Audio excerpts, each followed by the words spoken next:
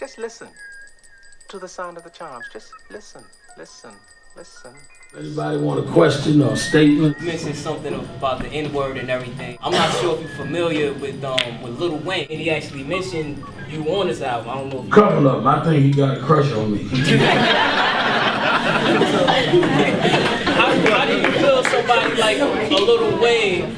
Like, do you think he's helping the community and what you're saying about I mean, I disagree with the N-word, H-word, B-word. I don't know enough about him to say whether I think he helps or hurt, and I'm not that much into it. I just think the use of the word. Don't get me wrong. Some artists are good and use the word. Some are just bad.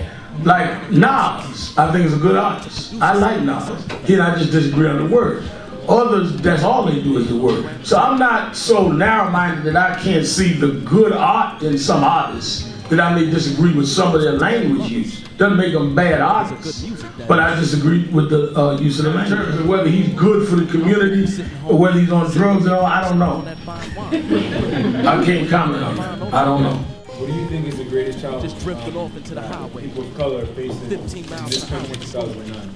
Economic inequality. I think that as long as we are still almost doubly unemployed, as long as we still do not have the same equal opportunities and equal access to capital, that's the greatest challenge we have. What do we do? We must fight to equalize it. Right now, with governors and mayors up for election, we ought to be talking about how they invest in stimulating small businesses, giving contracts to them, and giving opportunity to students, not burdening students with things, as I said, student loans and others, so that they can get an economic footing in life to build their family. The only way we will ever be equal is if we straighten out the economic disparity that still plagues this country based on race.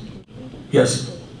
I think everyone would agree that civil rights leaders such as yourself should be, applauded for pointing out, shedding the spotlight on the abuses that go on in society. I think what bothers your critics the most is that, I'm still alive, but go ahead.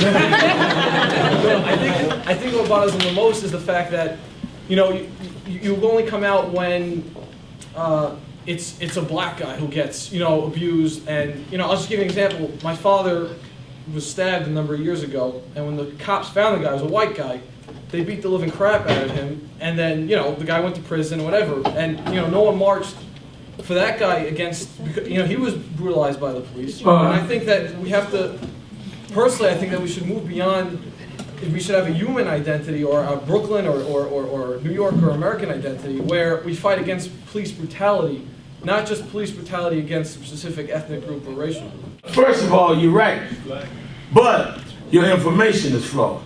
There was a Hasidic Jewish guy that was killed by police in Borough Park. And I came out and marched for him.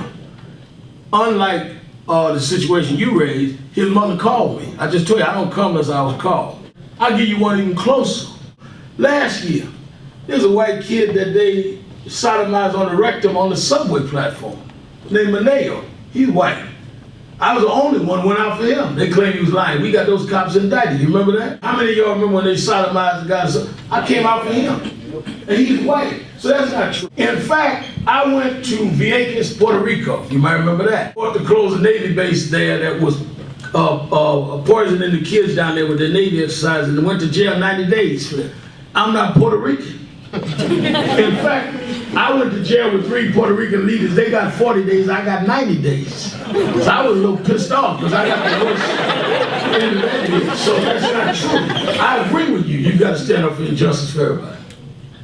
Thank you. Anybody else?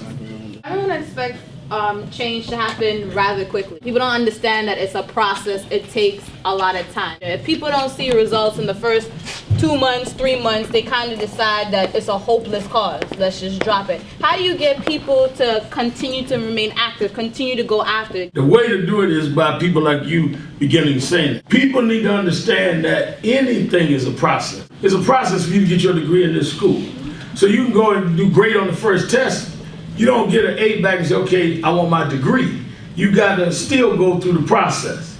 And I think that change does come over a process over time.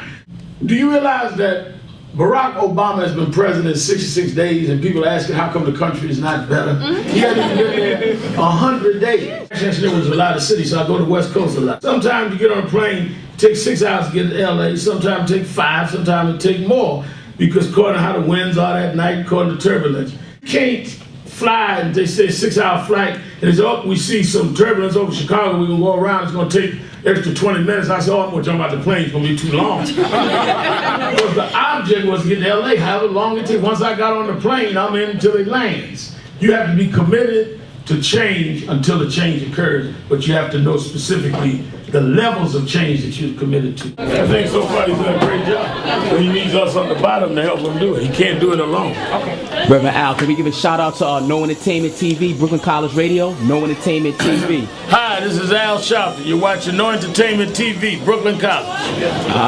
All right. No justice, no peace. I'll send you my bill. All right, we're gonna go platinum, man. Stay away from Lil Wayne, man. He might try to kiss you. Oh yeah.